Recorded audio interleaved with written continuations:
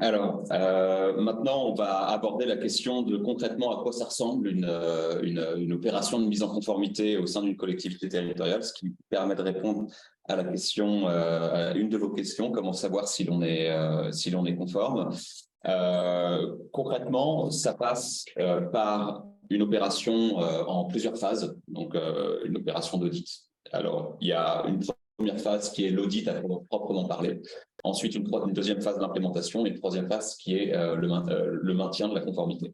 Alors, tout d'abord, pour la phase d'audit, c'est quelque chose d'assez simple à comprendre, c'est qu'il s'agit de faire remonter des services de la collectivité territoriale les informations qui sont nécessaires pour apprécier la conformité de la collectivité. Donc concrètement, à quoi est-ce que cela ressemble?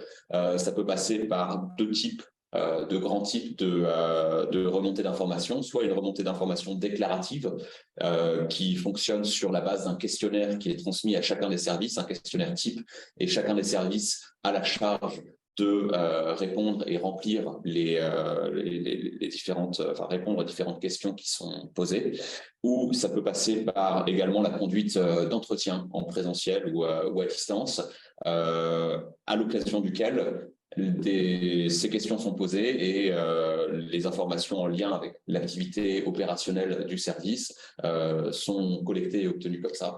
Donc, après avoir fait cette première étape de collecte d'informations, ensuite, il y a une étape de traitement de cette information pour la mettre en forme et d'une manière qui soit utile à la compréhension de la conformité. Donc, c'est ce qu'on appelle la cartographie des traitements et des risques.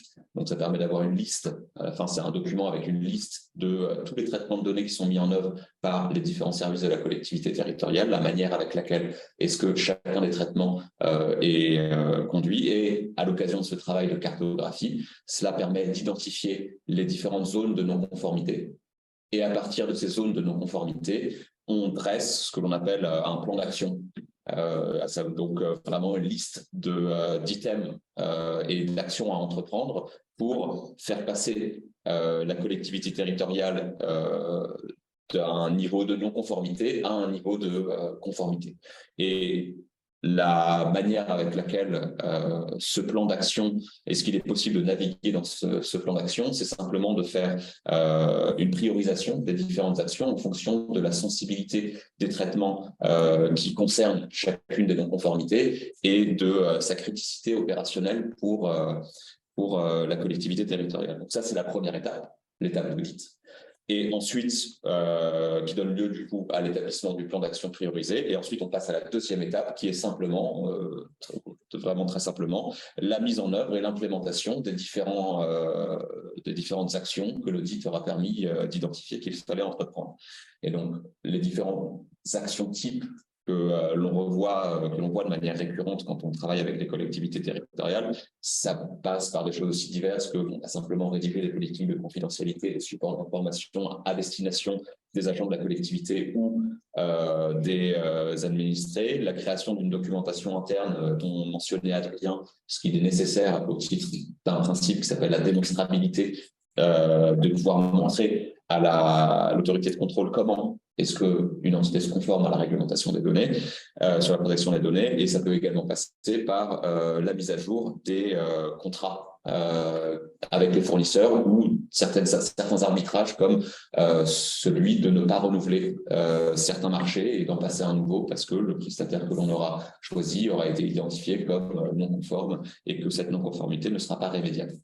Donc ça, c'est la phase d'implémentation du plan d'action priorisé qui permet à un instant T, du coup, d'arriver à un état de conformité satisfaisant de la collectivité territoriale. Mais maintenant, ce qu'il faut comprendre, c'est que la conformité, c'est aussi quelque chose de dynamique qu'il faut maintenir dans le temps et de manière durable. Et donc ça, cela passe par la mise en œuvre de processus, de systèmes de remontée continue d'informations qui permettent de faire évoluer la documentation interne et de la mettre à jour, et aussi de gérer les demandes des administrés. Donc voilà, de manière très synthétique, la manière avec laquelle est-ce que une entité, une collectivité territoriale peut se mettre en conformité dans les faits.